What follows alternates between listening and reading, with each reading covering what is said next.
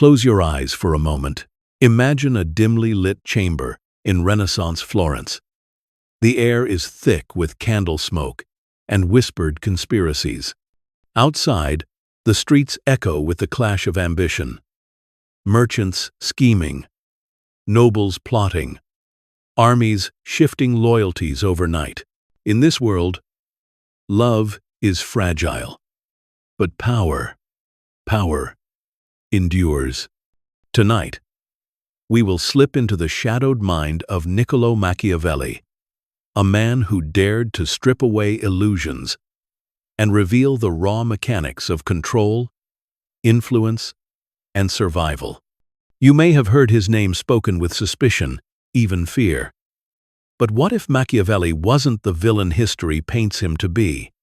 What if he was simply a mirror, reflecting the truths we'd rather not see? As you drift toward sleep, I'll guide you through his philosophy, not as a lecture, not as a storm of harsh advice, but as a soft, winding journey, a lullaby woven from ambition, strategy, and the secrets of human nature.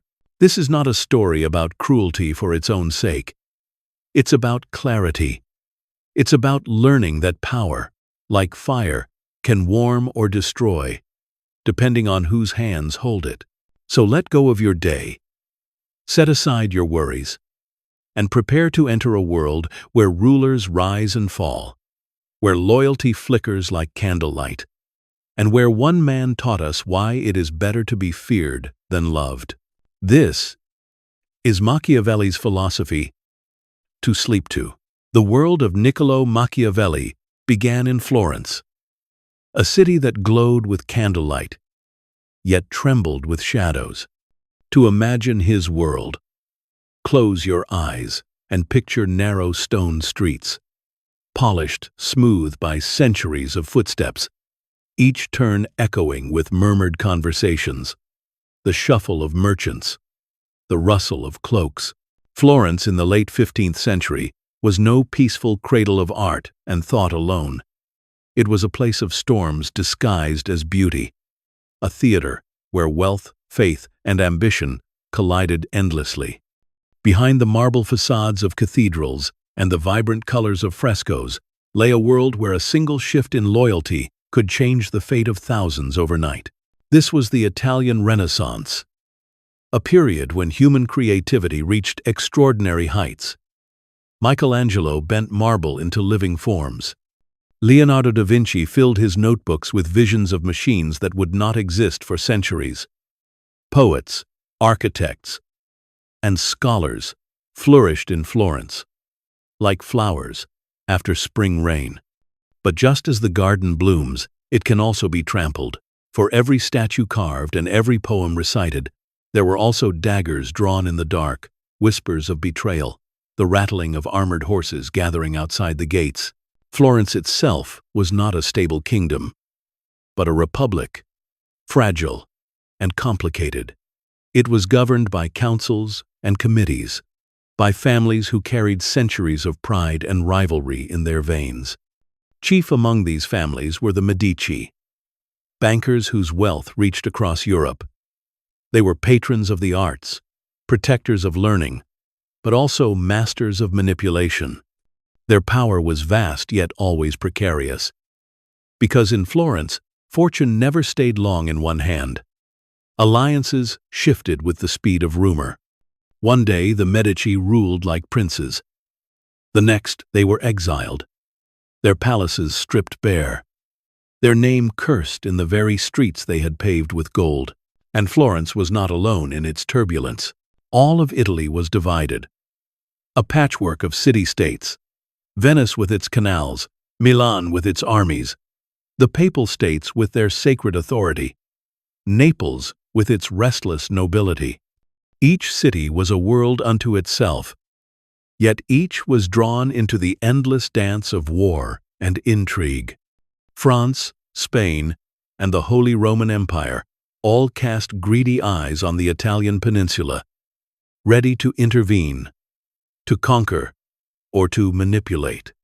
For the citizens of Florence, foreign soldiers arriving at the city walls was as common as the toll of church bells. In this fragile republic, religion also played a part not only in the souls of men, but in the fate of the city. Florence was once gripped by the fiery sermons of Girolamo Savonarola, a Dominican friar whose words burned hotter than any flame. He denounced the corruption of the church, the vanity of worldly pleasures, the softness of Florentine luxury. Under his voice, the city became a place of penance and fear. Paintings were cast into bonfires, silks and jewels destroyed in heaps of smoke. For a time, the joy of the Renaissance was silenced by the roar of moral fervor. Savonarola himself was later executed, his body consumed by fire, but his presence left deep scars on Florence. It was a reminder that the city could turn in an instant, from art and beauty to fanaticism and blood. This was the world that shaped Machiavelli. A city of contrasts, sublime beauty and sudden violence, high ideals and ruthless pragmatism. In Florence, nothing was secure. To survive meant learning to read the currents beneath the surface, to recognize when a smile masked a plot, when friendship hid betrayal. Children grew up with these lessons woven into the air they breathed. Power was not a distant abstraction. It was the pulse of the city, felt in every law passed, every speech delivered, every riot quelled. As night fell over Florence, the city did not sleep peacefully. Guards paced along the high stone walls, lanterns swaying in their hands. Behind shuttered windows, conspirators whispered. Somewhere in the palaces of the great families, messengers arrived with secret letters, promising support from Milan or Venice, or warning of plots brewing across the river Arno. A city that looked like a jewel of civilization by day revealed itself as a nest of serpents by night. Yet within this tension lay vitality. Out of conflict came creativity. Out of danger, brilliance. Florence taught its children to be sharp, resilient, and watchful. It was in this world that Niccolò Machiavelli drew his first breaths. And in this world, he would learn the lessons that would shape his philosophy forever. He saw that fortune was fickle, that power was fragile, and that beauty could not protect a city from the claws of its enemies. Florence was both muse and warning. To live there was to understand that nothing was ever secure. And it was from this understanding that Machiavelli's clear-eyed vision of politics would grow. Niccolò Machiavelli was born in 1469 into a modest yet respectable Florentine family. He was not a Medici, nor a great nobleman, but his upbringing was marked by education and exposure to the intellectual life of the city. His father, though not wealthy, possessed a library filled with the classics of Rome.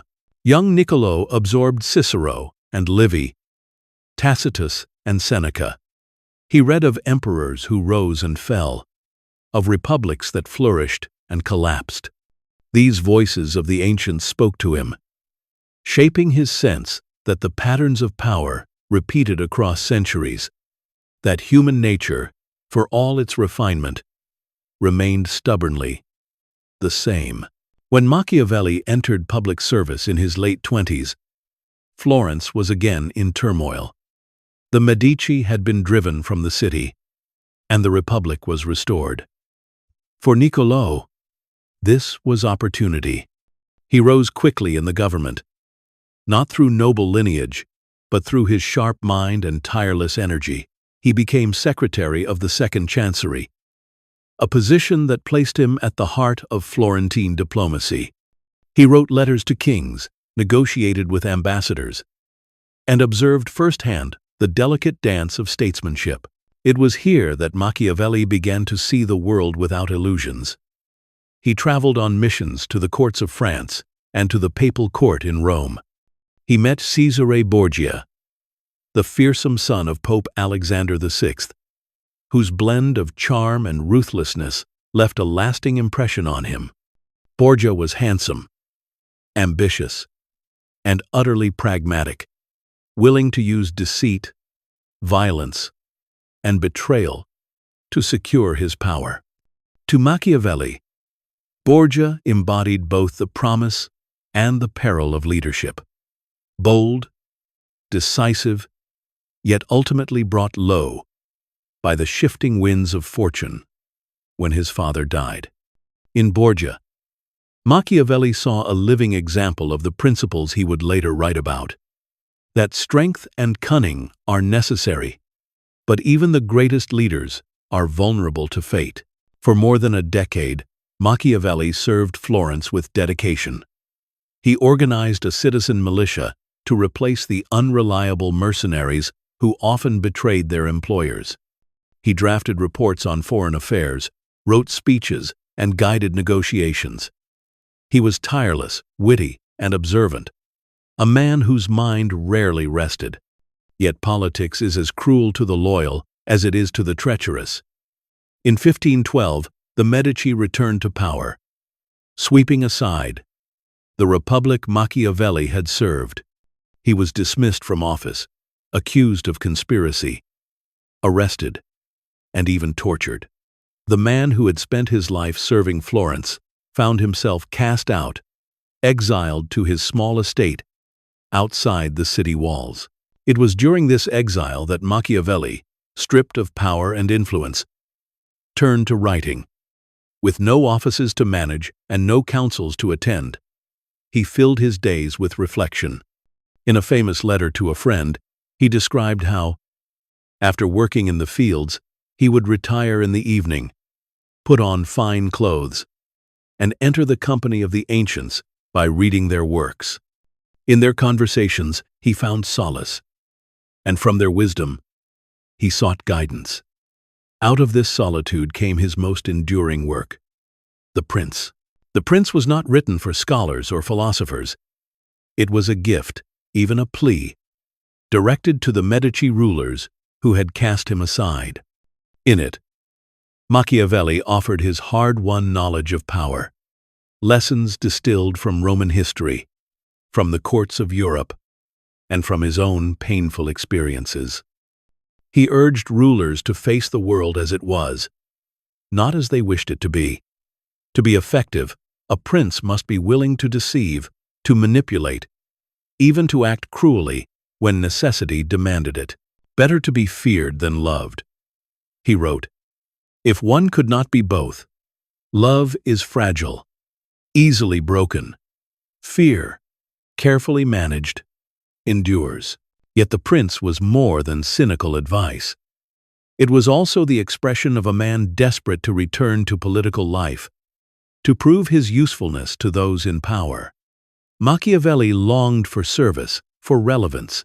He offered his wisdom not as a detached theorist, but as a man hungry to shape the destiny of Florence once more. His exile, painful as it was, gave him the distance to write with honesty, freed from the polite masks of diplomacy. In The Prince, we hear his voice unfiltered, sharp, and unsettling. Machiavelli never regained high office, though he remained a writer of plays, histories, and letters. He died in 1527, buried in Florence, the city he loved and served, often ungratefully. His works, condemned by some, revered by others, survived to shape centuries of political thought. And so, the man who was once exiled became immortal, his name forever tied to the hard truths of power. His life, marked by loyalty and betrayal, by ambition and rejection, was itself a reflection of the turbulent world he inhabited. He lived the very lessons he wrote: that fortune is fickle, that power is fleeting, and that clarity is both a burden and a gift. Love has always been one of the most enchanting illusions of human life. We chase it, we celebrate it, we mourn when it fades, and we often pretend that it binds people more securely than anything else in the world.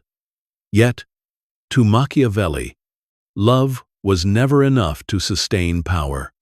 To govern a city, to command soldiers, or even to keep a fragile alliance intact, affection could not be trusted. For him, power had to rest on firmer ground than the fleeting warmth of human hearts. Imagine a ruler who wins the devotion of his people, not by fear, but by kindness.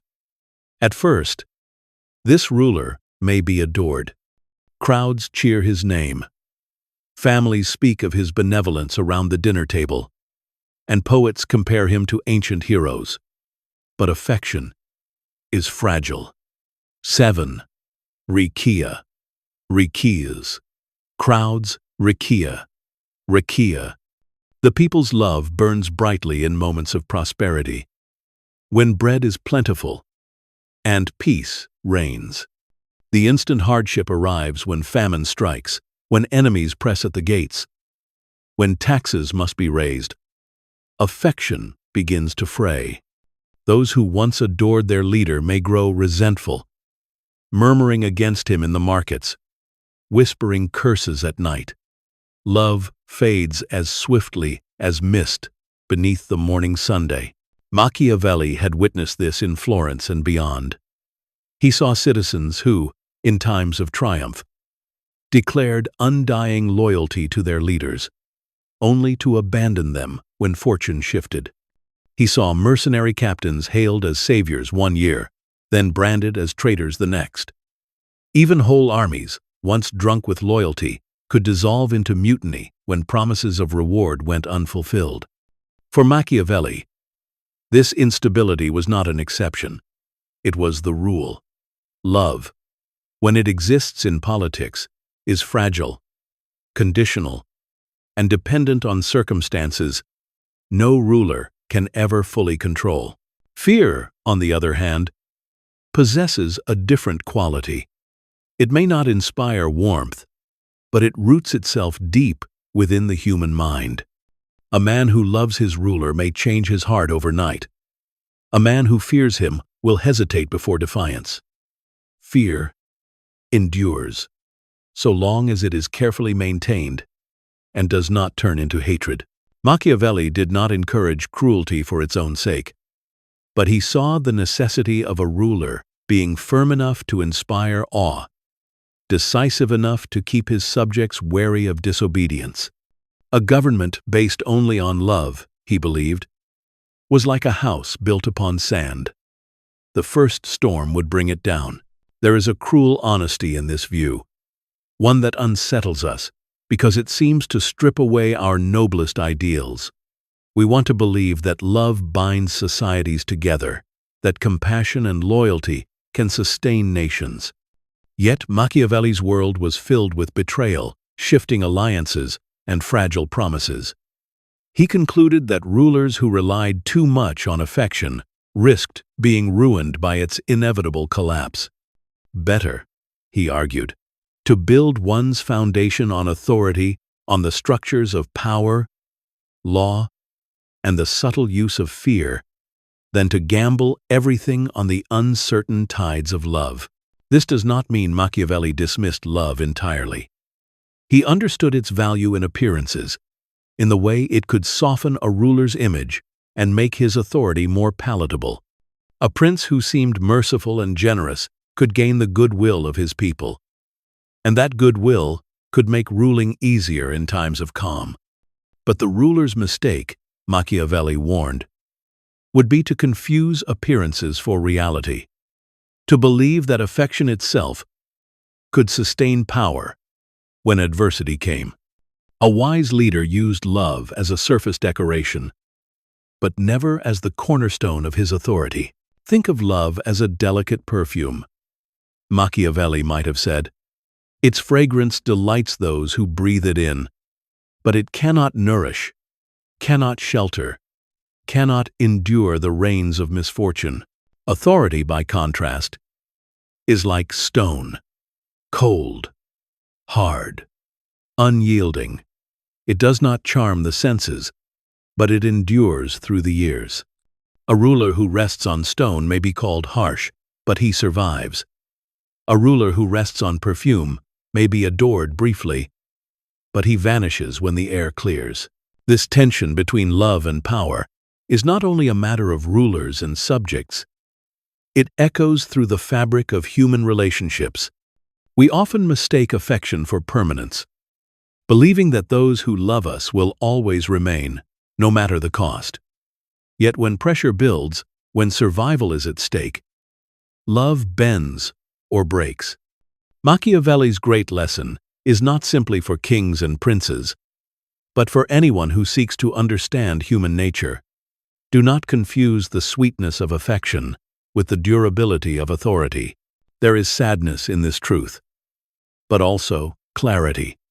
To see love as illusion is not to despise it, but to place it in its proper place. Love, warm and fleeting, may enrich life, but it cannot bear the weight of command. Authority, cool and firm, sustains when affection fails, and in the balance of these two forces lies the fragile art of survival. To understand why Machiavelli placed so little faith in love and so much in power, one must look more deeply into his view of human beings themselves. He was, above all, a realist about human nature. While other thinkers might celebrate man as noble, virtuous, or guided by reason, Machiavelli watched people in courts and councils, in marketplaces and battlefields, and saw something else. He saw selfishness, inconsistency, and a constant pull toward self-interest. For him, humanity was not composed of angels, but of fragile creatures, easily swayed by appetite and fear. When Machiavelli observed men in positions of trust, he noted how quickly they betrayed it if their own advantage was at stake. Promises were broken when more convenient opportunities arose. Oaths of loyalty dissolved when greater rewards were offered by another. Even entire armies, bound by supposed devotion, could abandon their commanders if fortune promised richer spoils elsewhere. Human beings, he concluded, are guided less by ideals than by desires. Desires for wealth, for safety, for advancement, for pleasure. This did not mean that virtue never appeared, or that people were incapable of loyalty or sacrifice. Rather, Machiavelli argued that such qualities were rare and more fragile than rulers often believed. To count on them was to build castles in the air. If a prince assumed his subjects would always remain loyal, he set himself up for ruin. It was far safer, Machiavelli advised, to assume that people would act in their own interest, and to structure authority in a way that accounted for this truth. In his writings, Machiavelli often spoke of fortune, of the unpredictable forces that shaped human events. Yet beneath the swirl of fortune lay something more constant: human character. He believed that people were, by their nature, fickle. They are grateful when treated kindly, but their gratitude fades quickly. They admire boldness, but envy follows close behind. They crave security, but once secure, they grow restless. They are quick to promise loyalty, but even quicker to abandon it when times turn hard. It is this pattern, repeated across centuries, that convinced Machiavelli that a ruler must plan for the worst instincts of man, not the best. Consider a ruler who believes in the honesty of his subjects. He imagines that his soldiers will fight bravely for him simply because they love their homeland, or that his ministers will remain faithful because they admire his wisdom.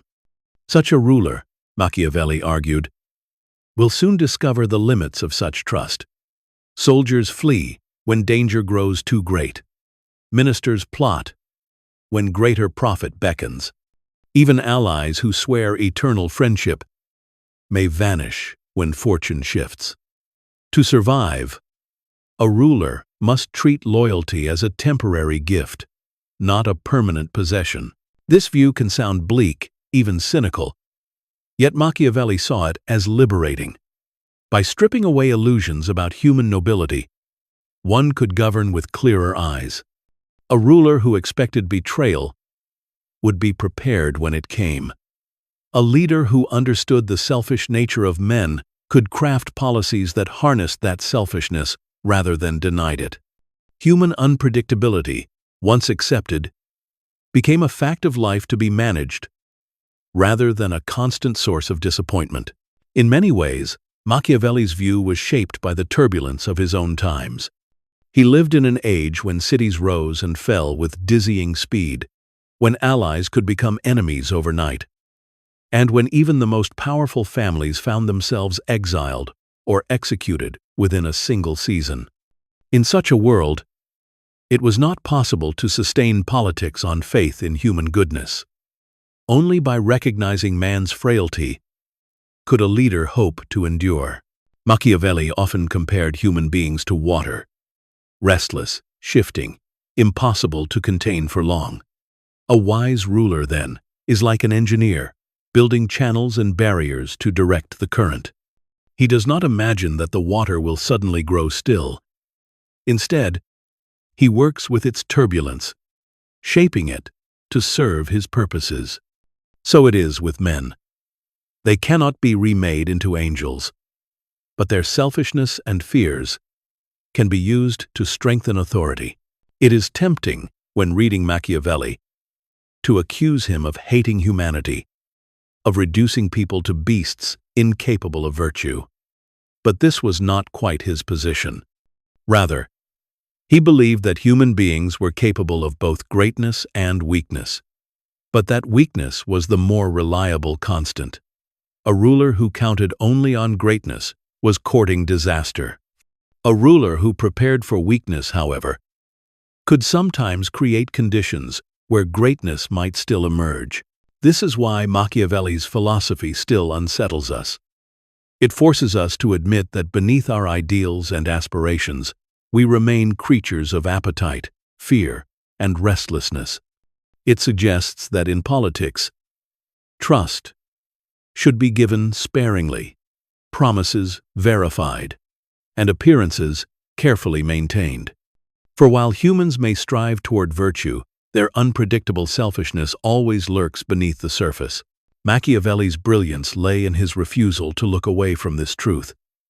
By facing it, he believed, one could not only survive, but even flourish. To govern, he argued, is not to dream of what men ought to be, but to work with what they truly are: inconsistent, self-serving, and endlessly unpredictable. When people hear the name Machiavelli, a single phrase often comes to mind: it is better to be feared than loved. It has echoed across centuries, repeated by rulers, whispered in classrooms, and invoked in countless debates about leadership. Yet, like so many famous lines, it is often remembered more than it is understood. To grasp its meaning, we must place ourselves in Machiavelli's world and walk slowly through the logic that led him to such a startling conclusion. Imagine again the unstable Florence of his time. A prince might rule one day, only to be overthrown the next. Armies pledged loyalty, then defected when fortune shifted. Friends became traitors overnight. In this shifting landscape, love was a fragile anchor. Love is voluntary. It comes from the heart. It is given freely. And anything freely given can also be freely withdrawn. The affection of subjects, of allies, of ministers, it was warm, but it was uncertain. Machiavelli had no patience for uncertainty when it came to survival. Fear, by contrast, is not voluntary. It is imposed. It does not depend on the shifting emotions of the people, nor does it rise and fall with the seasons of fortune. Fear is planted by deliberate actions and reinforced by consequences. When a man fears punishment, he hesitates before betrayal. When an army fears discipline, it holds its formation even in the chaos of battle. Fear might not inspire joy, but it steadies the wavering, binds the restless, and restrains the treacherous. To Machiavelli, This made it a far safer tool than love. Still, his famous line was not an invitation to cruelty for its own sake. He was not arguing that a ruler should be savage, despised, or hated. Hatred is dangerous, he warned, for it breeds conspiracies and rebellion. A hated ruler is one whose downfall is constantly plotted. Machiavelli's counsel was more delicate.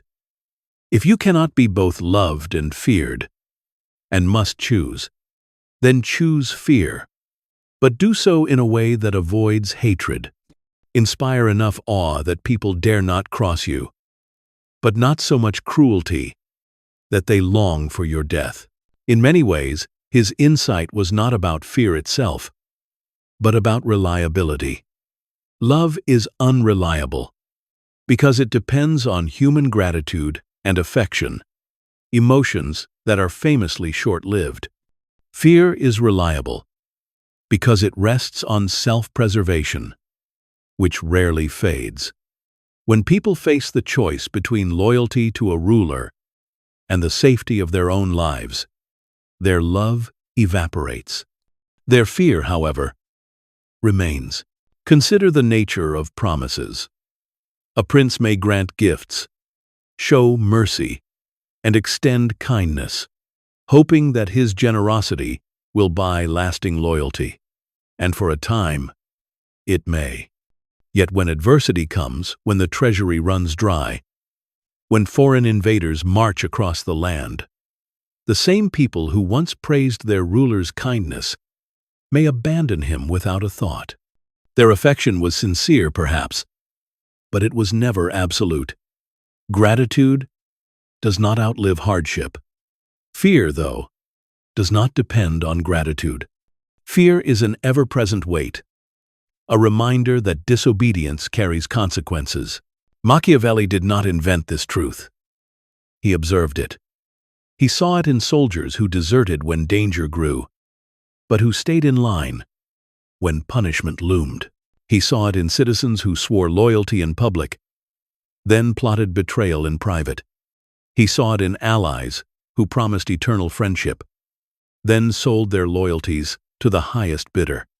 Love was, to him, like the spring sun, bright, intoxicating, but easily hidden by the first storm. Fear was like the stone foundation of a fortress, cold, unyielding, and enduring. The boldness of Machiavelli's statement shocked his contemporaries. In an age where rulers often cloaked themselves in the language of virtue, piety, and benevolence, here was a man saying that survival was more important than being adored. It was not that he despised love, but he believed that rulers who relied upon it were naive, vulnerable, and doomed. To him, reality was merciless. If you want to endure, do not build your house on sand. Even today, the phrase resonates because it forces us to confront an uncomfortable truth. We like to imagine that loyalty springs from affection, that people stand by those they love. But in times of crisis, in the moments that test the soul, love often falters. Machiavelli's famous line does not encourage cruelty, it encourages honesty. It reminds us that power is not sustained by affection alone, but by the careful cultivation of fear, balanced with restraint. When we strip away centuries of distortion, the phrase is not an anthem for tyrants. It is a reminder that human beings are fickle, that power requires steadiness, and that love, however sweet, is too fragile to bear the weight of rule. Better to be feared than loved, not because fear is noble, but because it endures. Fear, in Machiavelli's eyes, was not simply a tool, it was the most reliable thread binding ruler and subject. To understand why he placed such emphasis on fear, we must look again at his view of human behavior. People are guided by their own advantage, he argued, by desires for safety, wealth, and survival. Love depends on gratitude, and gratitude is fragile. But fear reaches deeper, into the instinct for self-preservation, into that primal caution that has guided human beings since the earliest days.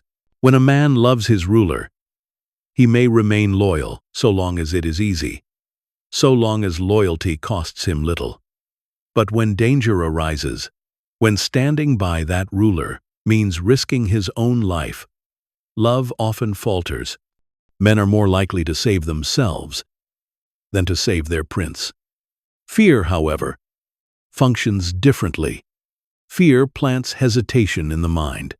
A man who fears punishment will think twice before deserting, even if his love has already grown cold.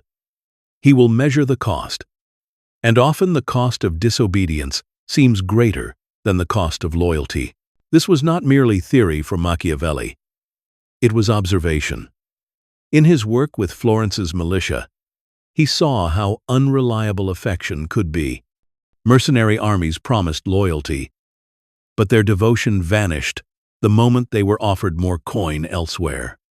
Citizens swore oaths to defend their city, but when panic struck, oaths dissolved. What held men steady in their posts was not their love for Florence, but their fear of discipline, their fear of consequences. Fear, unlike love, did not vanish when fortune turned. This is why Machiavelli advised rulers to ensure that their subjects and soldiers feared the consequences of disobedience.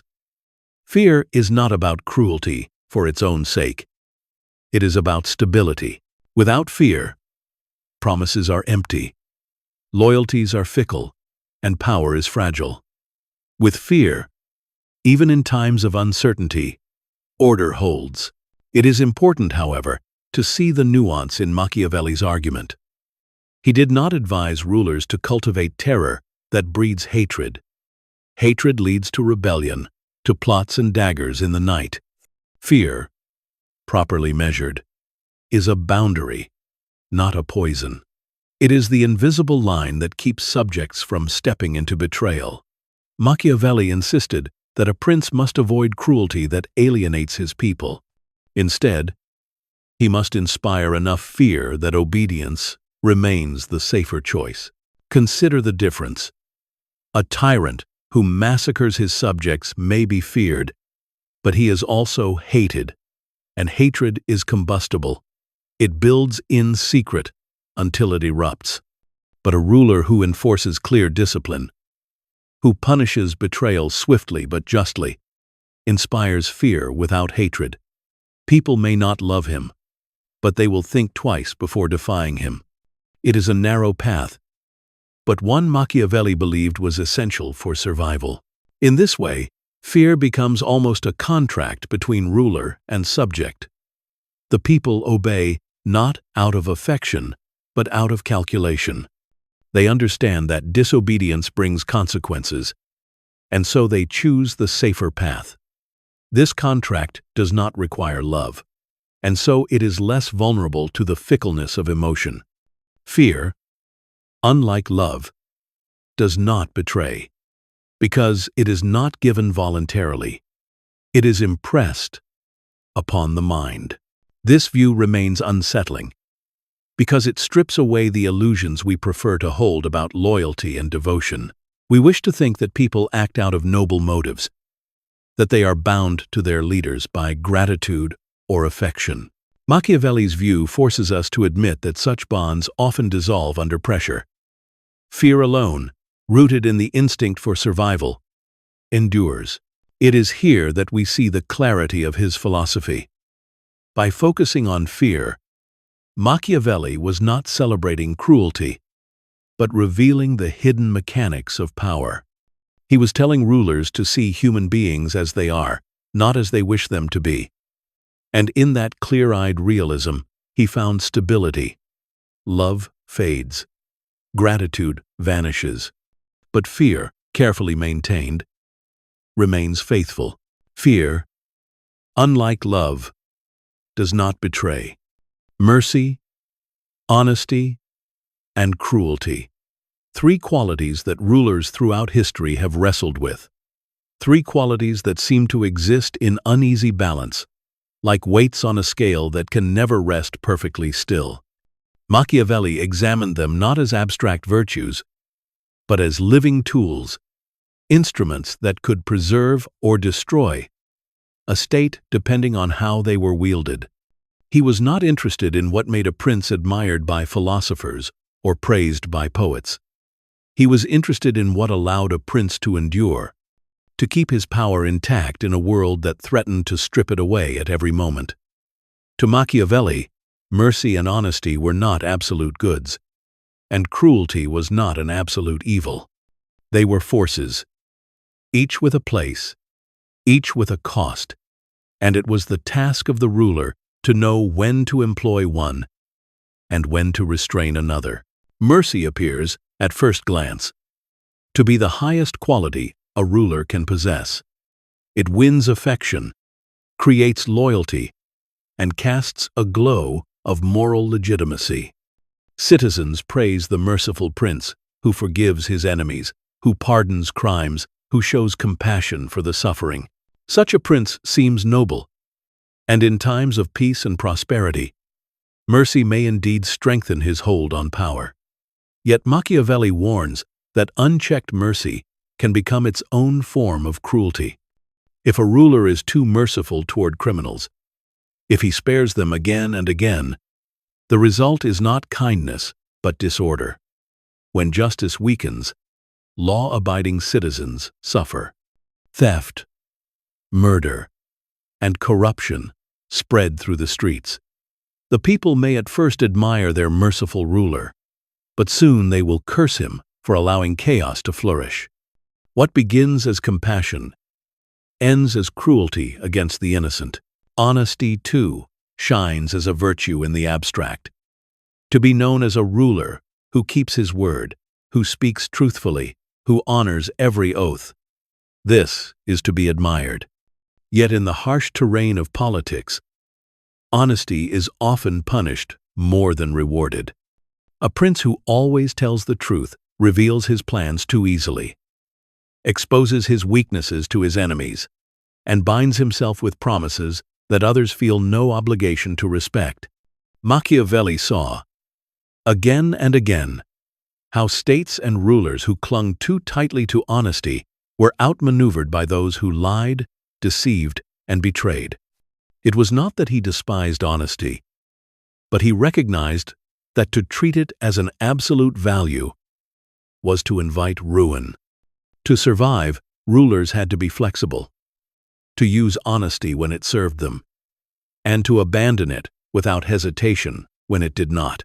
Cruelty, by contrast, carries an immediate sting. We recoil from it instinctively, imagining rulers who delight in suffering, who torment for pleasure, who spread terror indiscriminately.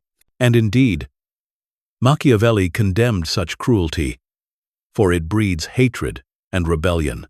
But cruelty, when measured and purposeful, could sometimes serve as a necessary medicine. He believed it was better for a ruler to make one sharp, decisive act of cruelty early in his reign, an act that secured order and eliminated threats, than to allow disorder to drag on endlessly. A single act of necessary severity might shock and frighten, but in its aftermath came stability.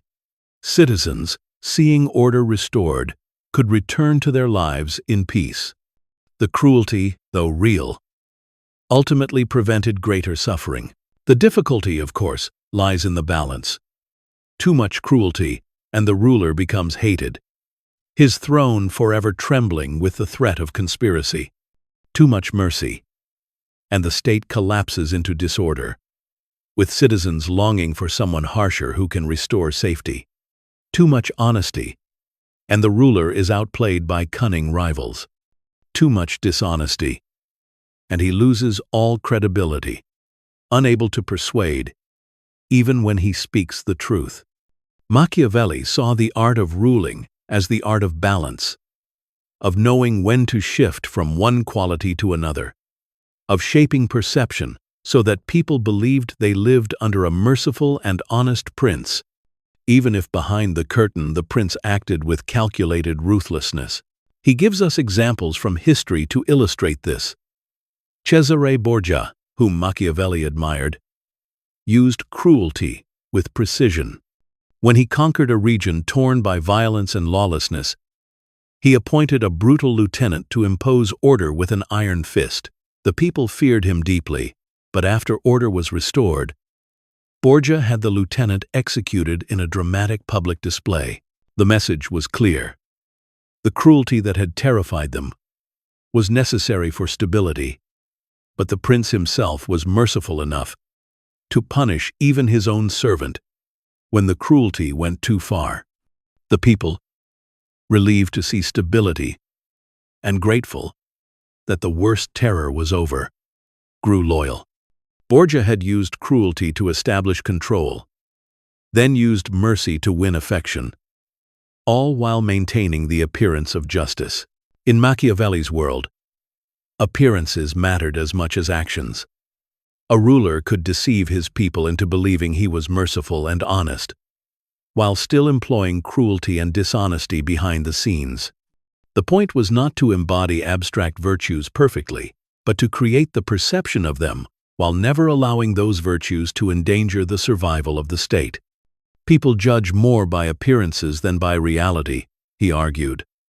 And so the wise prince cultivates the image of mercy and honesty while keeping cruelty in reserve, to be applied swiftly when necessity demands. There is a calm ruthlessness in Machiavelli's thought, a refusal to pretend that mercy and honesty alone can preserve power. Yet there is also a strange kind of humanity in his caution against cruelty. He did not advise rulers to delight in bloodshed or to impose terror for pleasure. He advised them to act harshly only when it was necessary to preserve order and to avoid hatred above all. For in hatred lies danger, the secret seeds of rebellion. As listeners drift into sleep with these thoughts, one may feel both disturbed and strangely comforted. Disturbed, because Machiavelli dismantles our cherished illusions about virtue in politics. Comforted, because he acknowledges what many secretly know, that the world is never governed by virtue alone, and that to expect it is to invite disappointment. Mercy, honesty, and cruelty are tools, not absolutes. To balance them is to survive. To misuse them is to fall. When Machiavelli wrote of rulers, he often used animals as metaphors, for in the animal kingdom, instincts are laid bare, stripped of illusion. Among these metaphors, two have become especially famous: the lion and the fox. The lion, with its power and ferocity, represents strength. The fox, with its cunning and trickery, represents intelligence. For Machiavelli, a ruler who wished to endure must embody both the strength of the lion to frighten enemies and the cunning of the fox to outwit them. To rely on one without the other was to court disaster. The lion alone is strong, but strength without cunning can be easily trapped. A lion may roar, may strike terror into the hearts of beasts, but it can also be lured into nets, deceived by hunters, cornered by strategies it cannot understand. To be only a lion is to be brave, perhaps even noble, but also vulnerable to the snares of those who plot in silence.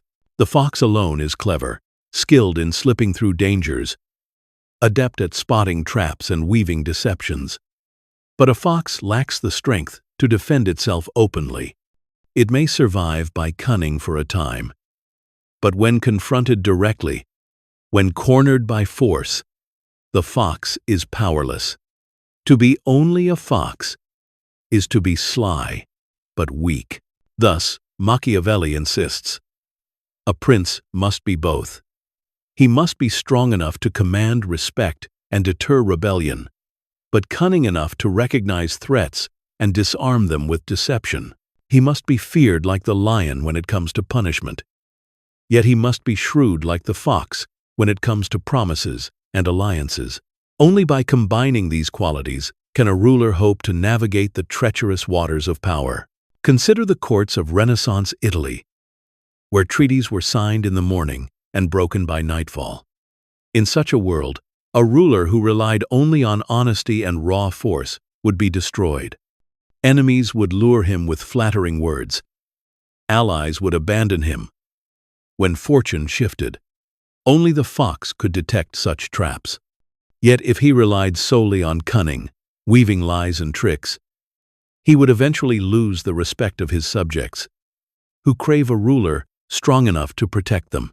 The fox cannot inspire awe. Only the lion can do that.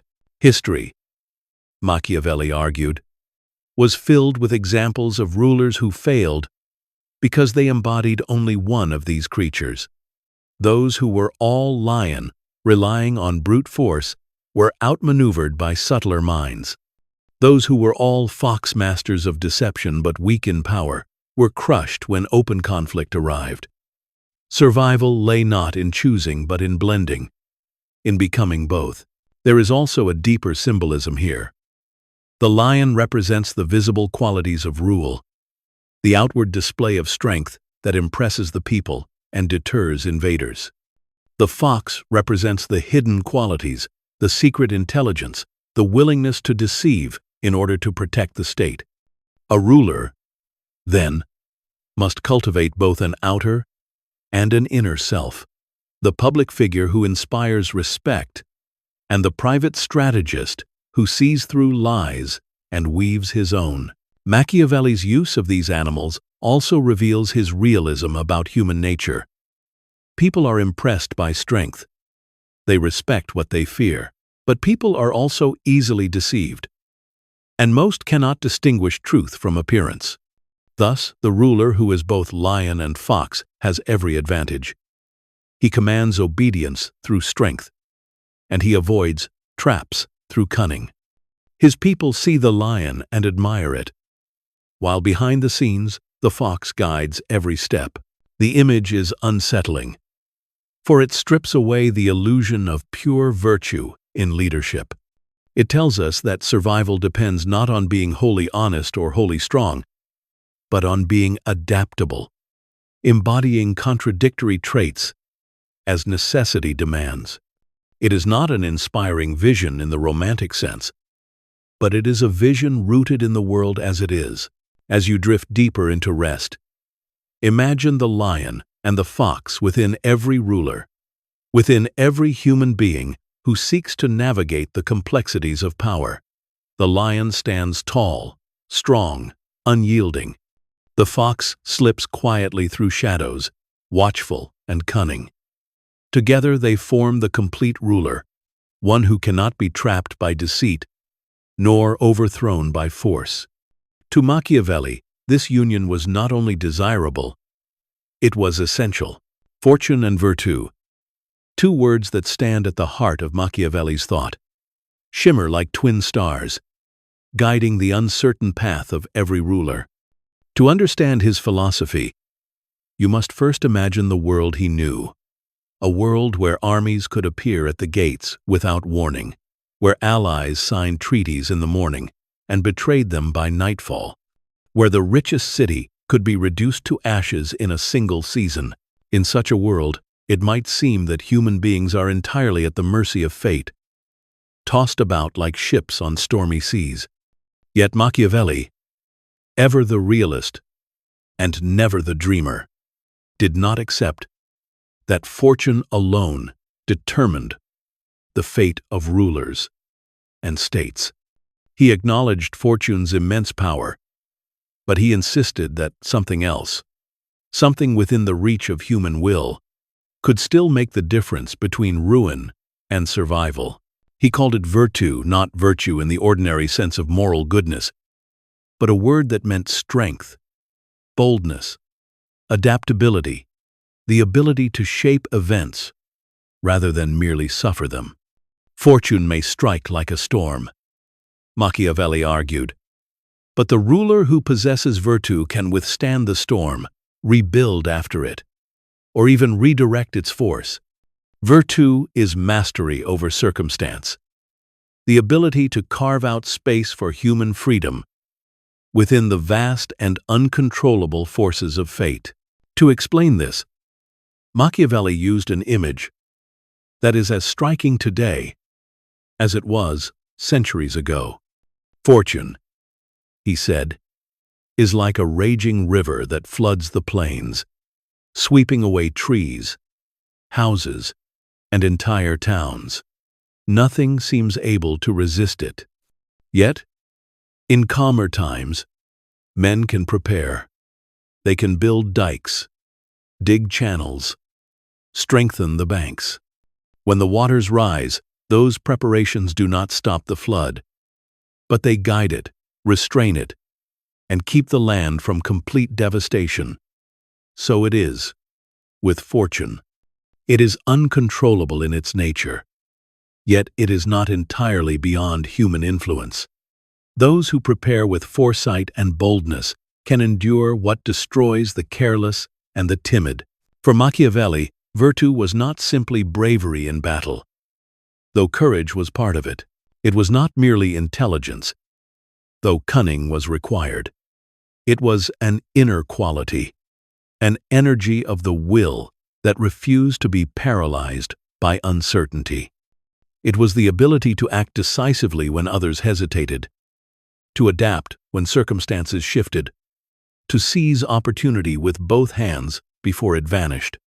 Fortune favors the bold, he suggested, not because boldness guarantees success, but because hesitation almost always ensures failure. History, as Machiavelli saw it, offered endless proof of this.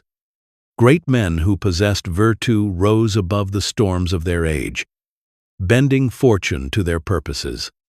Cesare Borgia, though ultimately undone by the sudden death of his father, the Pope, demonstrated virtue in the way he seized power, eliminated rivals, and imposed order on a lawless land. His fall was due to a stroke of fortune he could not control, but Machiavelli admired how far he had risen by force of will. On the other hand, those who lacked virtue drifted helplessly, waiting for fortune to smile upon them. When fortune turned against them, they collapsed, unprepared and incapable of resistance. Yet Machiavelli was not naive. He knew that virtue was not an invincible shield. Fortune could overwhelm even the greatest rulers, just as the mightiest dike could eventually break beneath a relentless flood. He conceded that fortune might control half of human affairs, perhaps even more, but that still left the other half. And within that half lay the power of virtue. To resign oneself entirely to fate was to abandon responsibility. To embrace virtue was to live with energy, readiness, and courage, knowing that even if fortune cannot be mastered, it can at least be resisted. This interplay of fortune and virtue gives Machiavelli's thought its peculiar rhythm, a mixture of fatalism and empowerment. He did not flatter rulers with promises that they could control everything. He reminded them constantly of fortune's cruelty, its tendency to strike when least expected. But in the same breath, he urged them to cultivate virtue, to meet fortune not as helpless victims, but as fighters who carve their own path. If fortune is a woman, he wrote in one of his most daring metaphors, she favors the young and the bold, those who seize her roughly and insist upon their will. The timid, the hesitant, those who wait for opportunities to come to them, these are abandoned by fortune, left behind in the tide of history. What makes this vision so compelling is its realism. It does not promise perfection or absolute control. It promises only that human beings can make a difference, that courage and preparation can turn disaster into survival, that boldness can create opportunities where others see only obstacles. It is a philosophy of resilience, of facing uncertainty with eyes open, and of insisting that even in a world ruled by chance, there remains room for mastery. As you drift towards sleep, think of the river. Fortune swells and crashes, floods and recedes, shaping the land with its endless force. You cannot command it, cannot silence it, cannot stop it from rising. But with foresight, with labor, with boldness, you can shape its path, protect your home, and perhaps even turn its waters to your advantage. This is virtue, the art of living not as a slave to fortune, but as a master of oneself within its endless tide. Appearances, to Machiavelli, were more important than inner reality, more decisive than hidden intentions. This idea unsettles us because it contradicts what we are taught to value: sincerity, authenticity, the harmony of inner virtue with outward behavior. Yet Machiavelli, ever the observer of human weakness, argued that appearances mattered far more than substance, especially in politics. To rule effectively, a prince must wear the mask of morality, even if behind that mask he acts with cunning, calculation, and ruthlessness. Why would appearances matter more than reality? Because people, he believed, judge not with reasoned analysis but with their eyes and ears, with impressions and symbols. The majority of men, he wrote, are simple. They are satisfied with appearances, and few ever look deeper. A ruler may be deceitful, but if he seems honest, he will be trusted. He may act cruelly, but if he appears merciful, he will be praised. He may break promises, but if he looks faithful, he will be admired. The mask, once fixed firmly, shapes public perception, and public perception shapes power. Consider the alternative: a ruler who is genuinely merciful, genuinely honest, genuinely faithful, but who lacks the skill to project these qualities convincingly. Such a ruler may possess inner virtue, but if the people do not see it, they will not believe in it. He may be upright in his heart, but in the theater of politics, he appears weak, uncertain, ineffective. His goodness remains invisible, and in its invisibility, it fails to protect him. On the other hand, a prince who is ruthless in private but merciful in appearance wins the loyalty of his subjects. They do not see the calculations behind his decisions. They see only the mask he wears. And because they see mercy, they believe in it. And because they believe in it, it becomes politically real. Machiavelli's genius was to recognize that in politics, perception is reality. What people believe shapes their actions more than the truth does. This does not mean he dismissed morality entirely. He understood that societies need to believe in certain virtues to function. People want to believe that their rulers are just merciful, faithful, and religious. These expectations cannot be ignored. But he urged rulers not to confuse the need for appearances with the burden of actual virtue. The wise ruler does not need to be truly merciful. He needs only to appear merciful. He does not need to be truly faithful. He needs only to appear faithful. The performance of morality, not the possession of it, sustains power.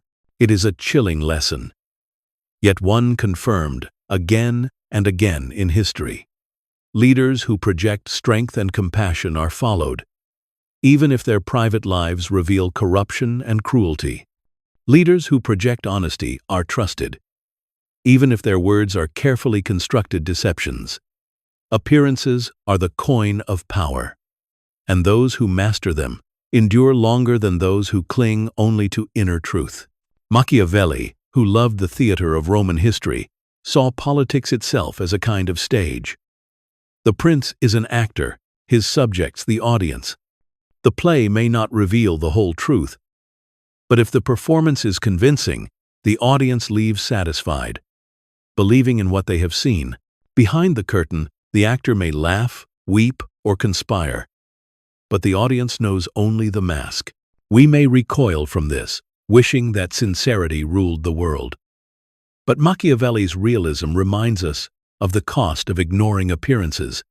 A ruler who despises the mask is a ruler who will be despised himself, not for what he truly is, but for how he seems. And in politics, how one seems is all that matters. As you drift deeper into rest, imagine the mask of morality, smooth, shining, admired by all who gaze upon it. Behind the mask, the ruler's true face remains hidden, unseen, perhaps even contradictory. Yet the mask holds the power. It is the mask that wins loyalty, the mask that sustains authority, the mask that shields the state from collapse. Machiavelli's lesson is not that rulers should be monsters. It is that rulers must be performers.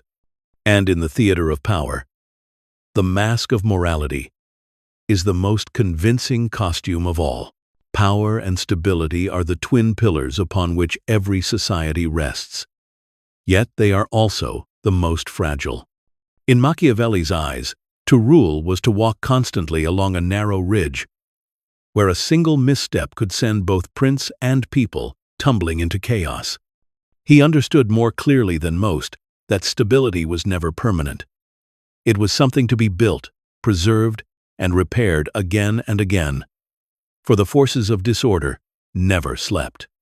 And so he wrote not about ideals, not about how societies should be in a perfect world, but about how rulers might preserve stability in a world filled with greed, envy, betrayal, and shifting fortune.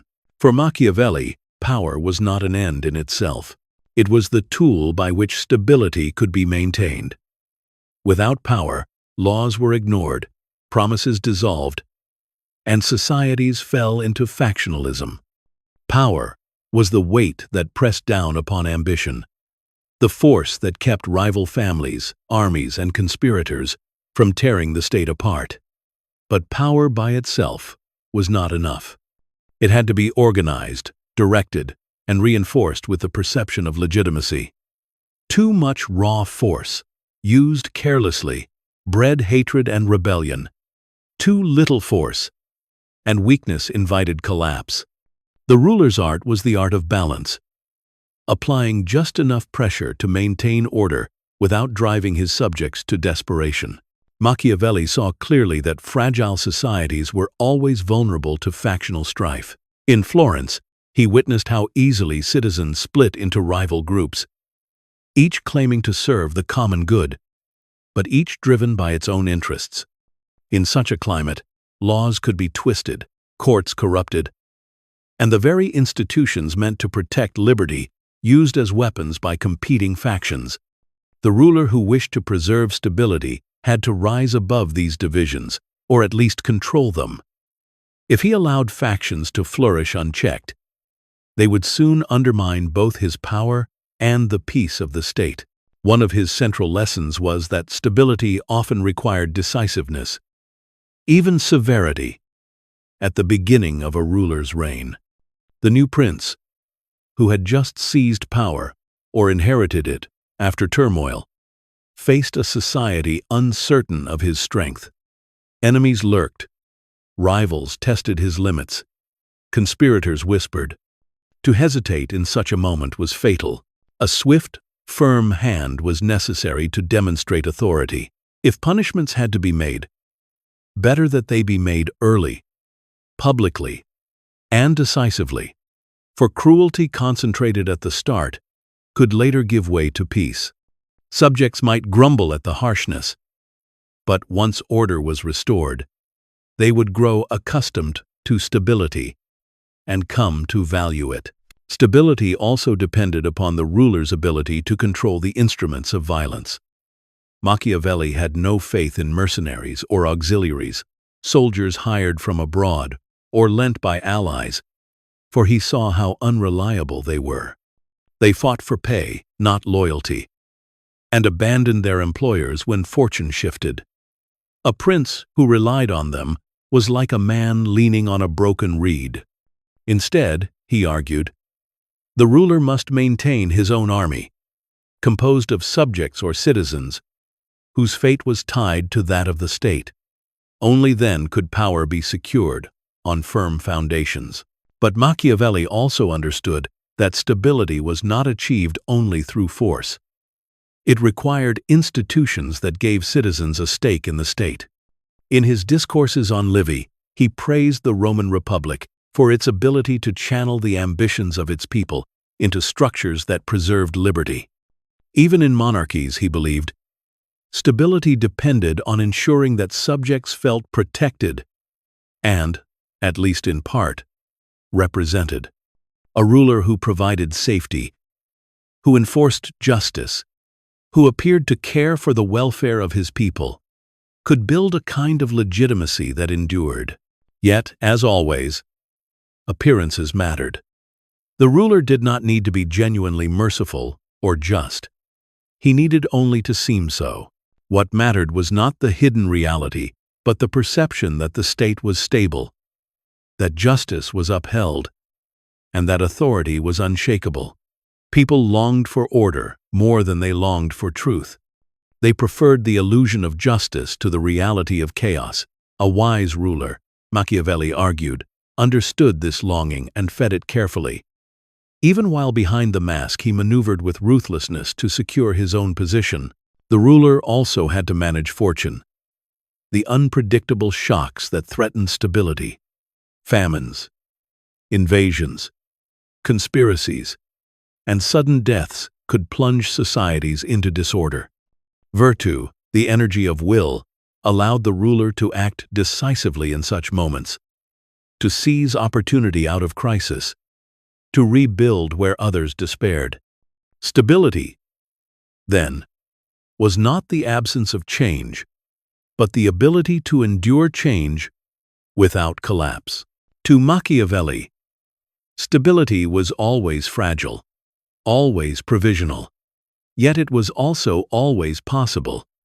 If the ruler understood the mechanics of power, control the army, prevent factions from tearing the state apart, act decisively at the beginning of your reign, cultivate appearances that reassure the people, balance fear and love, cruelty and mercy. Above all, never assume that stability will sustain itself. It must be worked for, guarded, and maintained, day after day, year after year. As you drift into rest, imagine the ruler who walks through his palace at night, torchlight flickering on stone walls, every sound echoing with danger.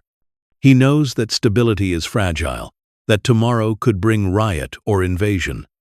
Yet he also knows that with steady will, with careful balance, with control of both force and appearances, he can preserve order.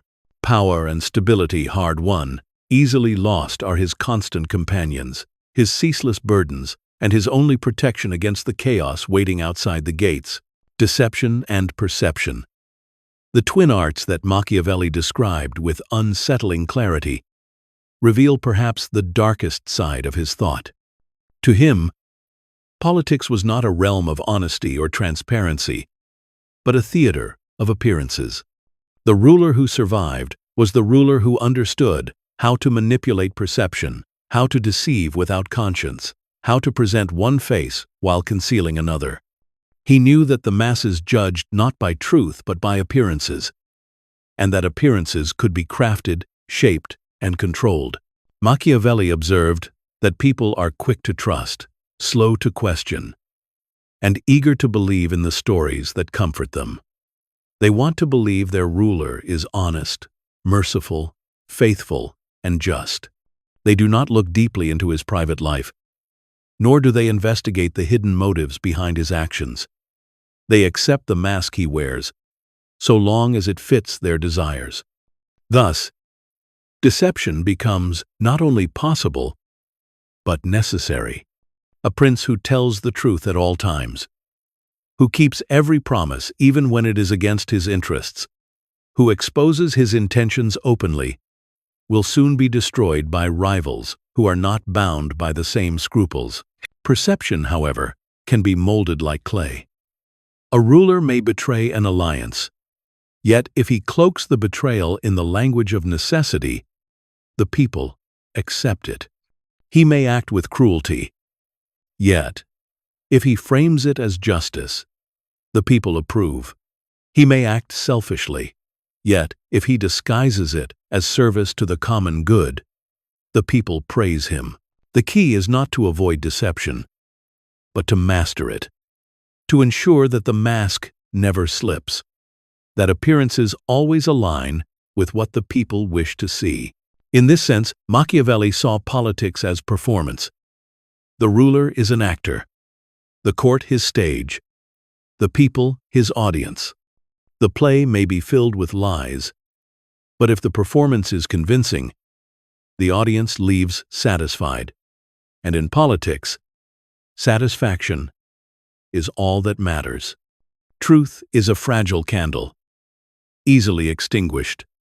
Perception is a torch that burns brightly, illuminating whatever the ruler wishes.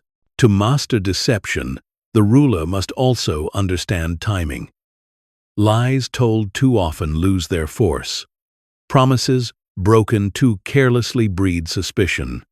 But when deception is rare, carefully chosen, and executed with precision, it becomes powerful.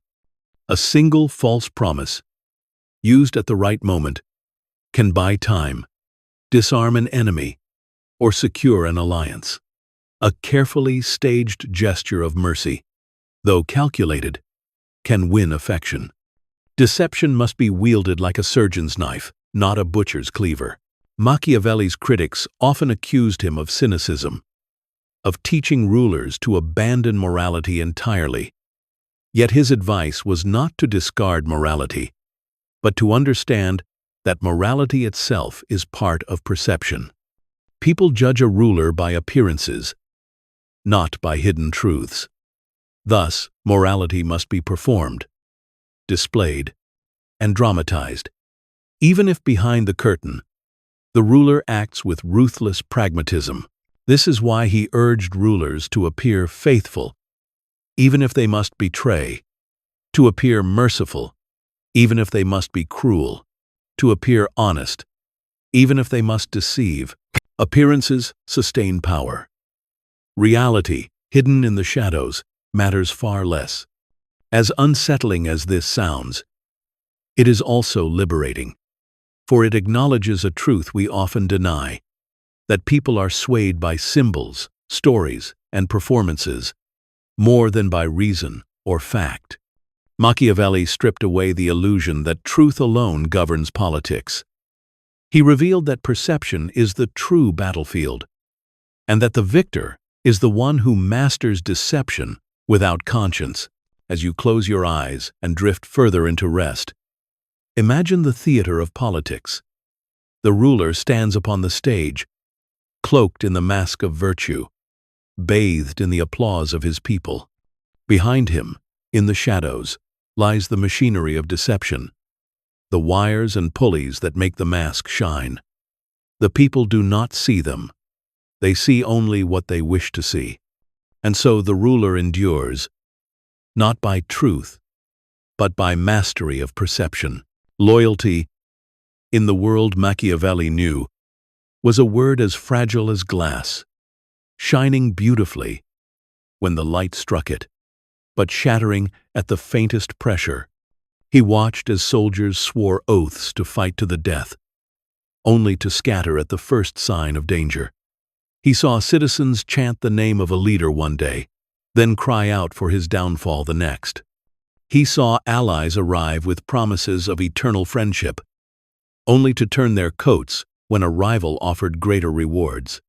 It was through these constant betrayals that he formed his harsh but enduring belief: loyalty is not reliable, and the ruler who builds his power upon it will soon find himself abandoned. Why is loyalty so fragile? Because it depends upon gratitude, upon emotion, upon the willingness of men to place another's welfare above their own. And for Machiavelli, This was too much to expect of human beings. When faced with a choice between loyalty to a leader and loyalty to themselves, most will choose themselves. Their survival, their safety, their wealth, these outweigh the bonds of affection or duty. When times are easy, loyalty may appear firm. Citizens may praise their ruler, soldiers may boast of their devotion, allies may pledge unbreakable bonds. But adversity reveals the truth. When famine strikes, when the treasury runs dry, when enemies advance, loyalty dissolves like mist under the morning sunday. Machiavelli's distrust extended especially to armies. In his writings, he condemned mercenaries most of all. These were soldiers who fought not for love of country or loyalty to a prince, but for gold. They carried no allegiance beyond their pay, and they were quick to betray their employers when offered more by another. He compared relying on mercenaries to resting on the promises of fortune itself.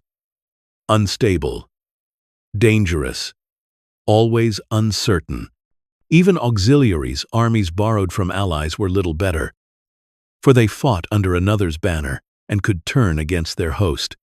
Only an army of citizens, bound by shared interest in the fate of their state, could offer even partial reliability. But even then, he knew, loyalty had its limits. Fear of punishment was more dependable than love of duty. Among citizens, loyalty was equally uncertain. The people's devotion to a ruler lasted only as long as he provided them with security and prosperity. A prince who taxed them lightly, who delivered peace, who protected them from external threats, might be praised and followed. But if circumstances turned, if hardships grew, their loyalty evaporated. Machiavelli had watched Florence cheer its leaders when victories were won, and then rise against those same leaders in times of defeat. He saw how swiftly crowds could shift, swept by rumor, fear, or envy. To build one's throne upon the loyalty of the masses was to stand upon shifting sands. Allies, too, were unreliable. Treaties signed with solemn vows were broken whenever advantage beckoned. Allies offered support when it suited them, but withdrew or betrayed when it did not. Machiavelli warned princes not to trust too deeply in foreign friendship, for states, like men, act in their own interests. To assume otherwise was to invite ruin. Alliances should be treated as temporary tools, not as eternal bonds. The lesson was not that loyalty did not exist, but that it could never be the foundation of stability. It could be encouraged, cultivated, even celebrated, but it could not be trusted without reinforcement. Fear, institutions, and self-interest had to anchor it. Promises alone were too weak. Gratitude was too short-lived. To govern well was not to count upon loyalty, but to recognize its fragility and prepare for its inevitable collapse. This view may sound bleak, but there is also clarity in it. By stripping away illusions, Machiavelli offered rulers the chance to survive in a world where betrayal was constant. Better to prepare for disloyalty than to be surprised by it. Better to rely on structures of power, on discipline, on fear of punishment, than on the fragile threads of affection. Loyalty may be beautiful, but it is brittle. To confuse its glow for true strength is to invite disaster.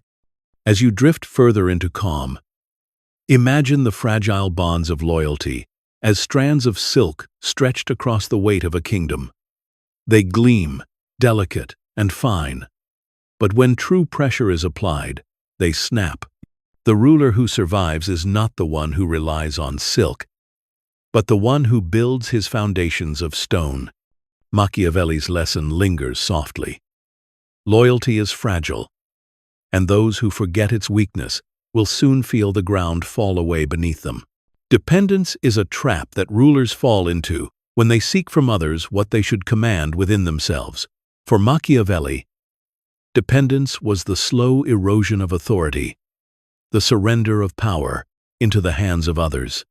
He saw rulers who begged for the love of their people, who clung to the promises of allies, who relied on the loyalty of mercenaries or the goodwill of great families. Again and again, he saw such rulers fall. For to depend on what is not yours is to build your house upon another man's foundation. Begging for love, in particular, was to him a sign of weakness. A ruler who yearns to be adored, who governs only to win affection, makes himself vulnerable. He bends his policies to please the people rather than to secure the state. He avoids difficult decisions, fearing they will anger his subjects. He spares enemies who should be eliminated, hoping to be praised for mercy. In the short term, he may win applause, but in the long term, he weakens his authority. For the people come to see him not as a master, but as a supplicant. He becomes the one dependent upon their approval, rather than the one commanding their obedience. Dependence also appeared in rulers who relied on others for their power. Princes who leaned too heavily on allies found themselves abandoned when fortune shifted. Those who built their authority upon mercenary soldiers were left defenseless when the pay ran out. Those who entrusted great nobles with too much power saw themselves overshadowed, their throne undermined from within. In each case, dependence meant surrendering control, placing survival in the hands of forces that could not be mastered. Machiavelli urged rulers to reverse this equation. Rather than begging for love, they should cultivate fear. Rather than leaning on allies, they should maintain their own armies. Rather than granting power to nobles, they should ensure that power flowed upward to themselves. Dependence could never create stability. For what others give, they can also take away. Authority had to be grounded in what belonged to the ruler alone. His control over force, his mastery of appearances, his ability to act decisively without waiting upon the goodwill of others. The danger of dependence is that it encourages passivity. The ruler who waits for the love of his subjects is the ruler who hesitates when firmness is required. The ruler who waits for the promises of allies is the ruler who delays action until the moment has passed. The ruler who trusts mercenaries or nobles is the ruler who believes in loyalty that can be bought or sold. Dependence breeds inaction, hesitation, and fragility. And fragility is fatal in the harsh realm of politics. This lesson was not abstract for Machiavelli. He lived in Florence, a republic that often leaned on mercenary armies for its defense, only to watch them betray their employers.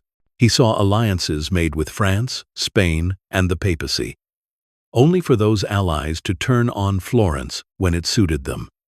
He saw rulers destroyed because they sought to be adored rather than respected. From these experiences, he drew his unflinching conclusion: dependence is dangerous, and authority must never rest upon it. To govern without dependence is to govern with firmness. The ruler must be willing to risk unpopularity, to act decisively, even when affection wanes.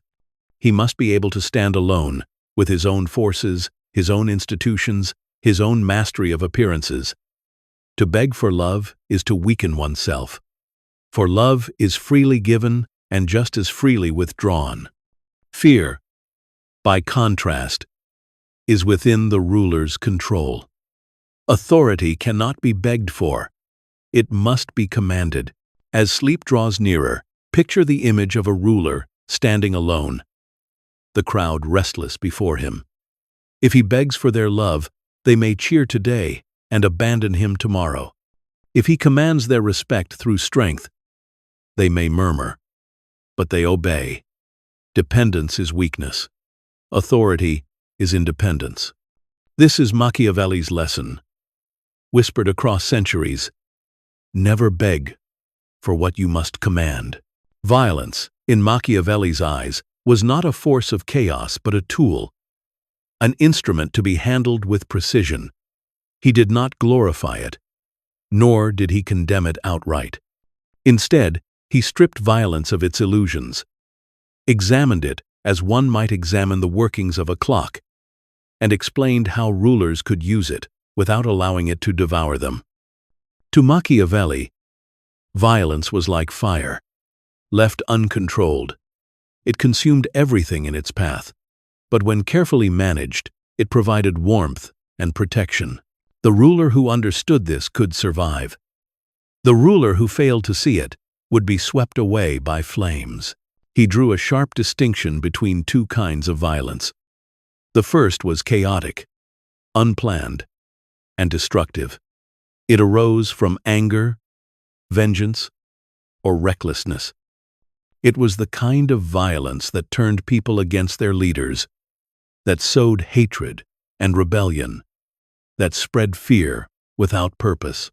The second was calculated, deliberate, and cold. This was violence used with intent, focused like the edge of a blade. It was swift, decisive, and limited, carried out, not for cruelty's sake, but for stability's. Machiavelli argued that rulers who mastered the second kind could secure their states, while rulers who indulged in the first destroyed themselves. Consider the ruler who inherits a fractured land, torn apart by rival factions. If he hesitates, those factions may grow bolder, undermining his authority, spreading disorder. If he strikes violently in every direction, slaughtering without reason, he may create fear, but he will also create hatred, and hatred invites conspiracy. But if he acts with cold calculation, eliminating only the most dangerous rivals, punishing only when necessary, and doing so swiftly at the start of his reign, he creates order without lingering bitterness. Violence, in this view, becomes like surgery, painful, dangerous, but sometimes necessary to remove infection and preserve life. Machiavelli admired rulers who could be ruthless at the right moment. Cesare Borgia, one of his great examples, faced a lawless region filled with banditry and corruption. To impose order, he appointed a lieutenant notorious for cruelty. The man's punishments were swift and merciless, and the people, though terrified, soon saw the return of stability. But then, in a calculated move, Borgia had the lieutenant executed in a public square, leaving the impression that the cruelty had not been his own, but the fault of a subordinate. The people, relieved to be rid of the executioner, now looked to Borgia as both strong and merciful. Violence had been used, but it was carefully directed, coldly executed, and ultimately served to strengthen authority rather than destroy it. The danger came when rulers allowed violence to become a habit. A prince who killed constantly, who punished without reason, who spread terror indiscriminately, found himself despised. The people came to long for his downfall. Conspiracies grew, and even his allies turned against him. Violence, uncontrolled, burned too hot, and those who lit the fire often found themselves consumed by it. Machiavelli warned rulers against cruelty repeated too often, for it became ineffective. A single decisive act of violence could secure order. Endless cruelty weakened it. Violence also had to be accompanied by appearances. A ruler who used it had to frame it as justice, as necessity, as the harsh medicine required to heal the state. The people might not approve, but they could accept it if they believed it was for their safety. Violence without justification seemed savage. Violence explained as order seemed bearable. This, too, was part of Machiavelli's realism. People will tolerate harshness if they believe it preserves them. They will not tolerate it if they believe it is inflicted for cruelty's sake alone. And so Machiavelli taught rulers to view violence with clear eyes. Do not shy away from it when it is necessary. Do not revel in it when it is not. Use it coldly, quickly, and with purpose. Avoid hatred, avoid repetition, and never confuse chaos with control. In this balance lies survival. As you drift towards sleep, imagine violence as a knife resting in the ruler's hand. If wielded wildly, it cuts everything, including the one who holds it. But if wielded with care, it cuts only what must be cut, leaving the body alive, though scarred. Machiavelli's lesson whispers through the centuries. Violence is not the enemy, nor is it a friend. It is a tool, dangerous and powerful, and it belongs only to those who can hold it without trembling. Reputation and image are the invisible shields that protect rulers more securely than armies or fortresses. To Machiavelli, perception was not merely important, it was essential. Power itself could collapse if a ruler failed to maintain the appearance of strength, justice, and competence. A prince might be skilled, intelligent, even courageous, but if the people did not believe in those qualities, his rule would falter. Conversely, a prince might lack certain virtues in truth, but if he could project them convincingly, his authority would stand firm. In politics, Machiavelli wrote, "People judge not by reality, but by appearances, and appearances can be shaped." He understood this deeply from his time as a diplomat. He saw rulers who deceived their allies, who concealed their weaknesses, who projected images of stability even while their states trembled, and he saw how effective this could be. The people, the nobles, even foreign powers, responded not to hidden truths, but to what they believed. A reputation for strength discouraged enemies from attacking. A reputation for mercy won the loyalty of subjects. A reputation for honesty made deception easier when it was needed. Reputation was not a reflection of reality. It was a mask that had to be crafted and worn with skill. For Machiavelli, reputation was also fragile. It took years to build, but a single misstep could shatter it. A prince who appeared merciful but then indulged in pointless cruelty lost the trust of his people. A prince who projected strength but faltered in a crisis was exposed as weak. This fragility meant that rulers had to guard their image constantly, tending to it as carefully as one tends to a flame that could be extinguished by the slightest gust. The key was consistency of appearance, not consistency of reality. A prince did not need to be truly merciful, truly honest, or truly religious.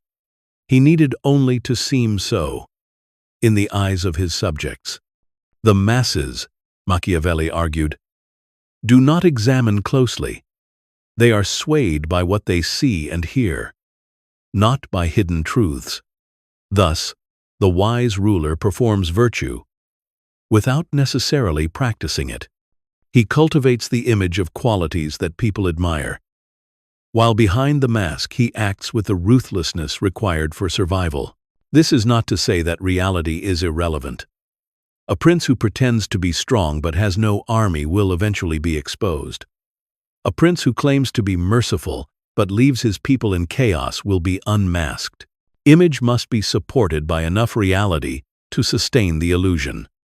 But the illusion is what matters most, for it is what people believe, and belief shapes action more than truth. Reputation also extended beyond borders. Other rulers judged a prince by his image, and their decisions to ally, betray, or invade were shaped by what they perceived. A reputation for treachery could make alliances impossible. A reputation for cruelty could discourage conspiracies. A reputation for strength could prevent war. In every case, it was the appearance that mattered more than the hidden truth. To Machiavelli, the art of ruling was as much about theater as it was about policy. The prince is on stage, the people are the audience, and the play must always be convincing. A slip in performance could invite chaos. A steady mask could sustain power for decades.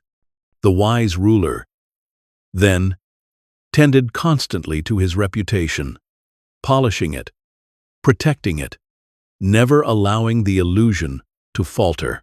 As unsettling as this may seem, it resonates because it touches a truth about human nature. People are guided by stories, symbols, and appearances more than by facts. They want to believe their ruler is strong, just, and merciful, and they will accept appearances that confirm these desires.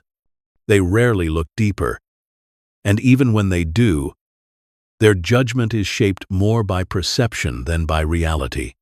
Machiavelli's genius was to see this clearly, and to counsel rulers to master the art of appearance as carefully as the art of war.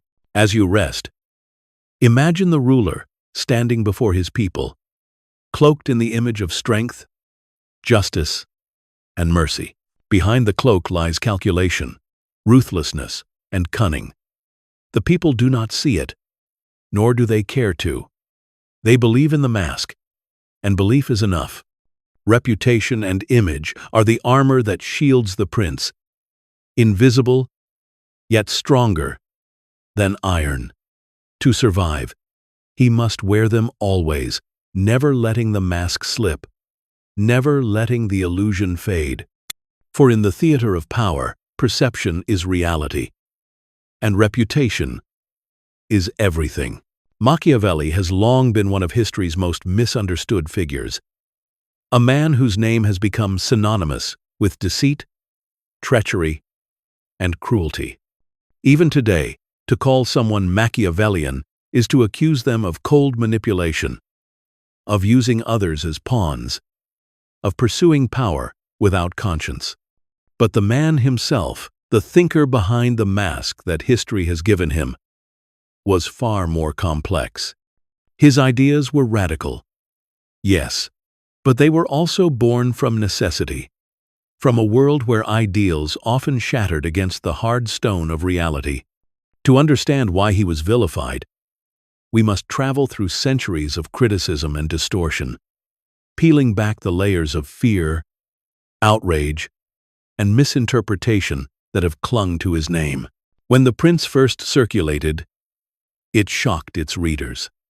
Written in plain, direct prose, it offered none of the lofty rhetoric that scholars of the time admired.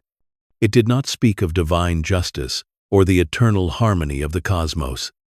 It did not praise the virtues of generosity, mercy, or honesty as absolute goods. Instead, it spoke bluntly about the need to deceive, to manipulate, to use cruelty when necessary. To an age steeped in religious morality and classical philosophy, it felt almost profane. Here was a man daring to say that appearances mattered more than truth, that fear was safer than love, that violence could be justified if it secured the state. His words stripped away the comforting illusions of morality and politics, and in doing so, they scandalized his contemporaries. The Catholic Church, powerful and vigilant, was among the earliest to condemn him. By the mid-16th century, the prince was placed on the index of prohibited books, its teachings denounced as dangerous and immoral. For a church that taught rulers were ordained by God, Machiavelli's emphasis on human cunning and fortune was heretical. He seemed to remove divine providence from politics altogether, leaving only human will and circumstance. To the guardians of orthodoxy, this was intolerable, and so Machiavelli became, in their writings, the embodiment of godless wickedness. But even outside the church, intellectuals bristled at his cold realism. Humanist scholars of the Renaissance celebrated ideals of harmony, beauty, and civic virtue. They believed politics should aim at the moral improvement of citizens, that rulers should guide their people toward justice and virtue. Machiavelli, by contrast, appeared to sneer at such aspirations. He seemed to say that virtue was irrelevant, that what mattered was survival and strength. In a culture that cherished the dream of a golden age of reason and virtue, his words were like a splash of icy water, unwelcome and unsettling. Over the centuries, his reputation only darkened. Playwrights, poets, and political rivals turned him into a villainous figure. In Elizabethan England, Old Nick was a nickname for the devil himself, and Machiavelli's name was often invoked in the same breath. On the stage, he was portrayed as a tempter, a schemer whispering poison into the ears of kings. In common speech, Machiavellian became shorthand for cunning plots and ruthless ambition. He was transformed from a political thinker into a symbol of evil. Yet much of this vilification came from misunderstanding, or perhaps from selective reading. Critics focused almost entirely on the prince, ignoring his longer, more thoughtful work. The Discourses on Livy, where he praised republican government, citizen militias, and the importance of civic virtue. In the Discourses, Machiavelli was not the advisor to tyrants, but the advocate for liberty. He admired Rome for its institutions and saw in them a model for how free citizens could preserve their state. But because the prince was more provocative, more unsettling, it overshadowed his republican writings, fixing his image as a teacher of despotism. The vilification was also fueled by fear. Machiavelli held up a mirror to politics, and many did not like what they saw. He showed that behind the pious language of rulers lay ambition. Behind the masks of virtue lay cunning. Behind the proclamations of justice lay self-interest. He described the world as it was, not as it ought to be. And this exposure of hypocrisy frightened those who preferred illusion. To attack Machiavelli was, in part, to defend the comforting stories societies tell about themselves. And so, generation after generation, Machiavelli's reputation hardened into legend. He became the patron saint of schemers, the devil's tutor, the advisor whispered about, but never quoted openly. Yet those who look more closely find a thinker who was not celebrating cruelty but warning rulers of its dangers, not glorifying deceit but explaining why it so often triumphed. He was vilified because he spoke the unspeakable, because he broke the spell of comforting illusions, because he revealed that power is not sustained by morality alone. As you let these thoughts carry you deeper into calm, imagine Machiavelli's figure standing in a shadowed corner of history, accused of wickedness, condemned by churchmen, cursed by poets, mistrusted by rulers. His words, like sharp stones, cut through centuries of rhetoric, leaving wounds that never quite healed. He was vilified because he refused to lie, because he told rulers what they did not want to hear, and because the world prefers illusions to uncomfortable truths. In the silence of night, however, his voice still lingers, reminding us that the truth about power is rarely what we wish it to be. If Machiavelli's critics saw him as a corrupter, a teacher of evil, there is another way to see his work, as a mirror, one that reflects not only rulers, but all of us. His philosophy does not simply describe kings and princes, armies and states. It describes human beings in their most raw and unadorned form. When he writes of ambition, he is not speaking only of rulers. When he writes of the fragility of loyalty, he is not speaking only of soldiers. When he writes of appearances, of the power of perception, he is speaking of all human lives, where masks are worn, alliances made and broken, ambitions pursued quietly in the heart. This is why his work unsettles us. It forces us to look not at what we claim to be, but at what we are. We like to imagine ourselves as noble, guided by love, loyal to our promises, sincere in our dealings. But Machiavelli reminds us that beneath those claims lie impulses of self-interest, desires for safety, hunger for recognition, the willingness to bend truth when it suits us. He holds up a mirror, and in it, we see the small shadows of ambition that flicker in each of us. Think of the everyday world. A worker flatters his superior, not out of genuine admiration, but because he seeks advancement. A friend speaks kindly, but conceals a jealousy. A leader in a small community presents himself as honest, yet carefully manipulates appearances to maintain influence. None of this is shocking, for it is part of human life. Yet when Machiavelli described such patterns, stripped of excuses, it felt like an accusation. His philosophy exposed not just the rulers of Florence or Rome, but the hidden workings of human ambition itself. What disturbed his readers, then, was not that he invented cruelty or deceit, but that he revealed them openly. He suggested that these qualities were not aberrations but constants, woven into the very fabric of human behavior. To admit this was to abandon illusions about ourselves, and that was a task few were willing to undertake. It was easier to vilify him than to face the mirror he held up. But to read him carefully is to recognize that the mirror is not entirely bleak. Ambition, in his view, is not only destructive, it is also creative. It drives rulers to build, to conquer, to organize, to strengthen. It drives ordinary people to seek better lives, to improve their standing, to protect their families. The hunger for recognition and power, when harnessed, becomes the engine of history. What Machiavelli reveals is not that ambition is evil, but that it is inescapable. To deny it is to lie. To understand it is to live with honesty about what moves us. And so his philosophy becomes personal. When he says that love is fragile and fear endures, we might think only of rulers and subjects. Yet the lesson applies in smaller ways, to friendships, to workplaces, to families. When he says that appearances matter more than inner virtue, we might think only of politics. Yet who among us has not carefully shaped how others perceive us, presenting one face while concealing another?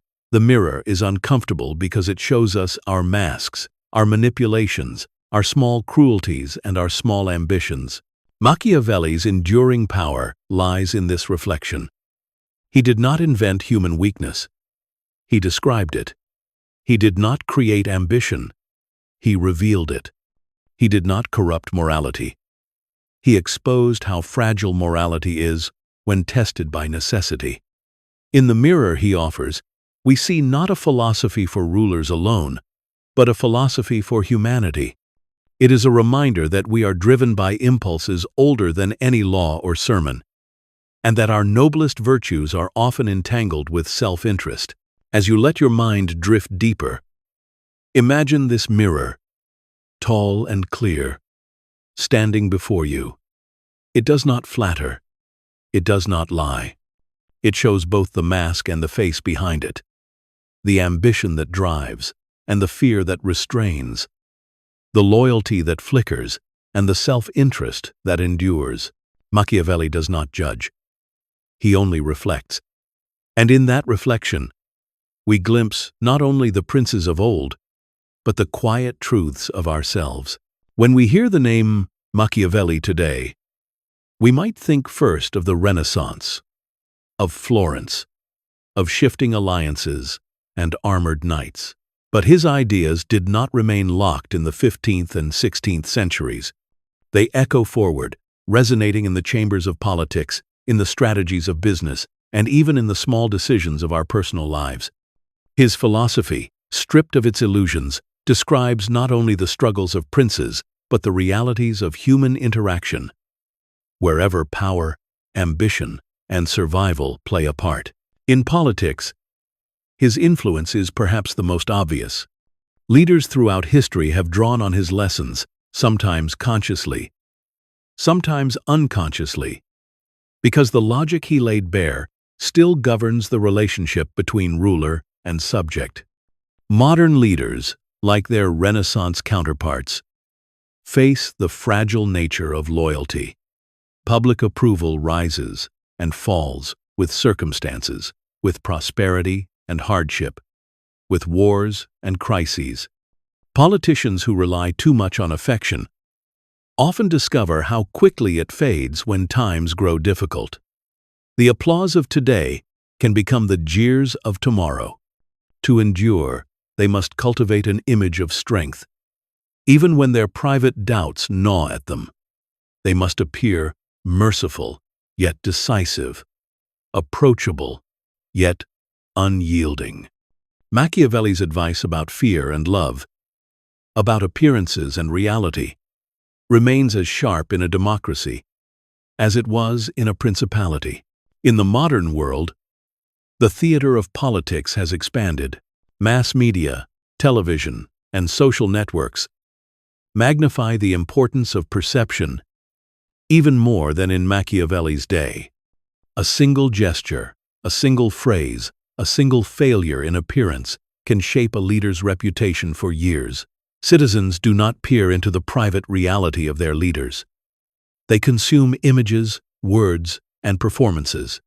Just as Machiavelli warned, appearances carry more weight than truth, and those who master the stage often secure power more effectively than those who cling to sincerity alone. His lessons, once whispered in manuscripts, now unfold before billions of eyes on glowing screens. In business, too, the echoes of his thought resound.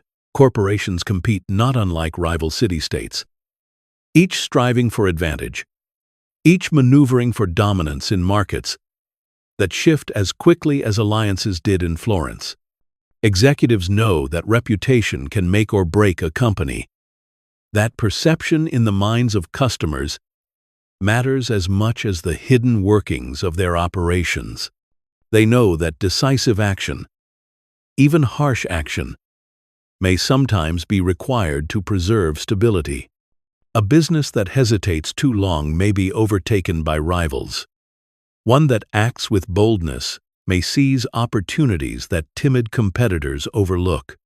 Fortune, like a raging river, floods modern markets, as it once flooded Italian plains. And virtue, the boldness to act, to adapt, to seize advantage remains the quality that distinguishes those who rise from those who are swept away. Consider also the lessons about loyalty. In the workplace, loyalty between employer and employee is often fragile. Workers may devote themselves to a company in good times, but when new opportunities arise, when crises strike, that devotion can quickly dissolve. Employers, too, often prove disloyal, discarding staff when expediency demands. Machiavelli's warning that loyalty is brittle applies as much to contracts and professional relationships as it does to soldiers and citizens. Those who depend too heavily on affection or gratitude in business soon find themselves disappointed. What endures are structures of authority, clear expectations, and the perception of competence. Even in personal life, Machiavelli's mirror reflects us. He may have written for rulers, but his insights about human nature stretch into the smallest corners of our existence. Think of the masks we wear every day, shaping how others perceive us. We present one face at work, another among friends, perhaps another still with family. We cultivate appearances, whether consciously or unconsciously, because we know that perception shapes relationships. We are merciful at times, ruthless at others, adjusting our behavior as circumstances demand. We make promises that we keep when convenient, but sometimes abandon when they become too costly. In these small acts, we echo the same patterns Machiavelli described in the grand stage of politics. In love, too, his lessons echo. We wish to believe in permanence, in loyalty, in devotion unshaken by time. And yet, as he observed, human affections shift. They are sincere in the moment, but fragile under strain. In friendships, In romances, in communities, loyalty often lasts only so long as interests align. When pressure comes, when hardship strikes, when new opportunities beckon, bonds can dissolve. It is not cynicism to admit this. It is recognition of the patterns of human nature. And in recognizing them, we may navigate our own relationships with greater clarity, understanding that love and loyalty, while beautiful, cannot always bear the weight we wish to place upon them. This is not to say that Machiavelli offers only darkness. His lessons, though harsh, also offer empowerment. By understanding the fragility of loyalty, we are less likely to be undone by betrayal. By understanding the importance of appearances, we can better shape how others see us. By recognizing the power of boldness, we may act with courage when hesitation would ruin us. His philosophy, rather than teaching corruption, teaches resilience. It tells us not to live in illusions, but to prepare ourselves for the truths of human behavior. So in politics, in business, and in personal life, his echoes linger. They remind us that fortune is fickle, that power is fragile, that human beings are guided more by appearances than by truth, more by self-interest than by gratitude. But they also remind us that we are not helpless before these forces.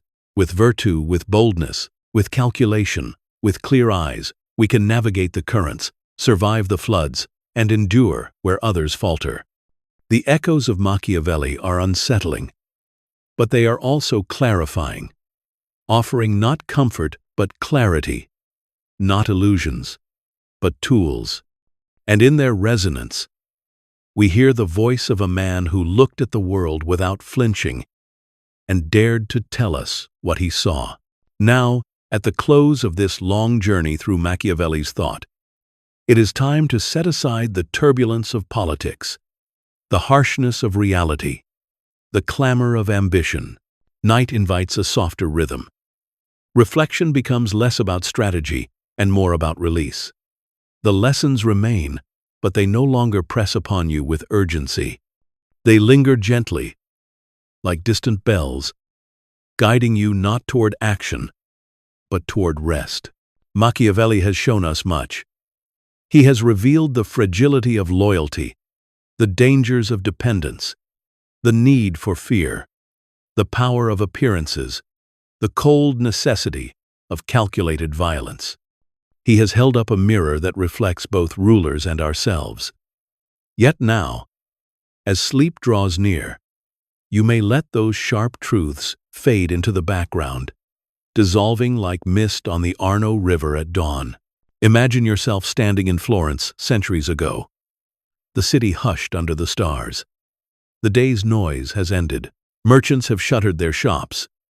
Soldiers have sheathed their swords. Conspirators have fallen silent in the night. Even Machiavelli himself, once pacing with restless thoughts, has retreated to his study, setting down his pen as the candles burn low. The streets are quiet.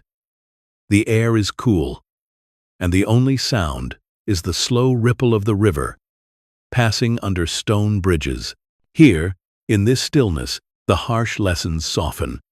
Fear and love, cruelty and mercy, strength and cunning, they all blend into one gentle truth: that life is fragile, that fortune is unpredictable, that clarity brings a kind of peace. For once the illusions are stripped away, what remains is not despair, but calm acceptance. We cannot control everything. We cannot prevent betrayal, cannot command fortune, cannot always hold the loyalty of others. But we can endure. We can live with honesty about what is. And in that honesty, we can find a strange serenity. As your breathing slows, picture Machiavelli's mirror once more. It reflects your own face, your own ambitions, your own struggles. But instead of judgment, the mirror offers stillness. It tells you that ambition is natural, that weakness is human, that striving and faltering are both parts of existence. It asks nothing of you now but rest, the weight of power, of survival, of strategy. Leave it behind. The river of fortune flows on, indifferent to your thoughts, the masks of morality, the balance of fear and love, the fragile bonds of loyalty. They can be set aside for now. Let them drift away, like autumn leaves on the surface of dark water. You do not need to hold them tonight. What you may hold instead is calm, a sense of strength, not the strength of conquest, but the strength of acceptance, a sense of clarity, not the clarity of cunning, but the clarity of knowing you can rest without illusions, a sense of peace, not the peace of politics, but the peace of night itself, where all voices fade into silence and all ambitions melt into dreams. Let yourself drift, as Florence itself drifts into sleep. The city rests, the thinker rests, and you too may rest. The lessons of Machiavelli will remain when morning comes. But for now, you may release them, letting them dissolve into the quiet. Strength, clarity, calm, these are yours to carry into dreams.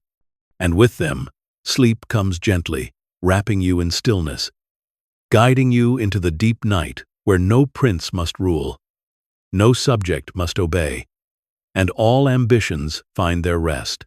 As we close this journey through Machiavelli's world, I invite you now to set aside every thought. Let your body sink deeper into rest, and allow sleep to carry you gently into the night. May your dreams be calm, your spirit restored, and your tomorrow brighter for the clarity you've absorbed here. If you're still awake, you'll see 2 more videos on the screen. Choose whichever calls to you, and continue drifting through stories that soothe. And if you found peace in tonight's narration, don't forget to subscribe, so you'll always have a place to return when you need rest.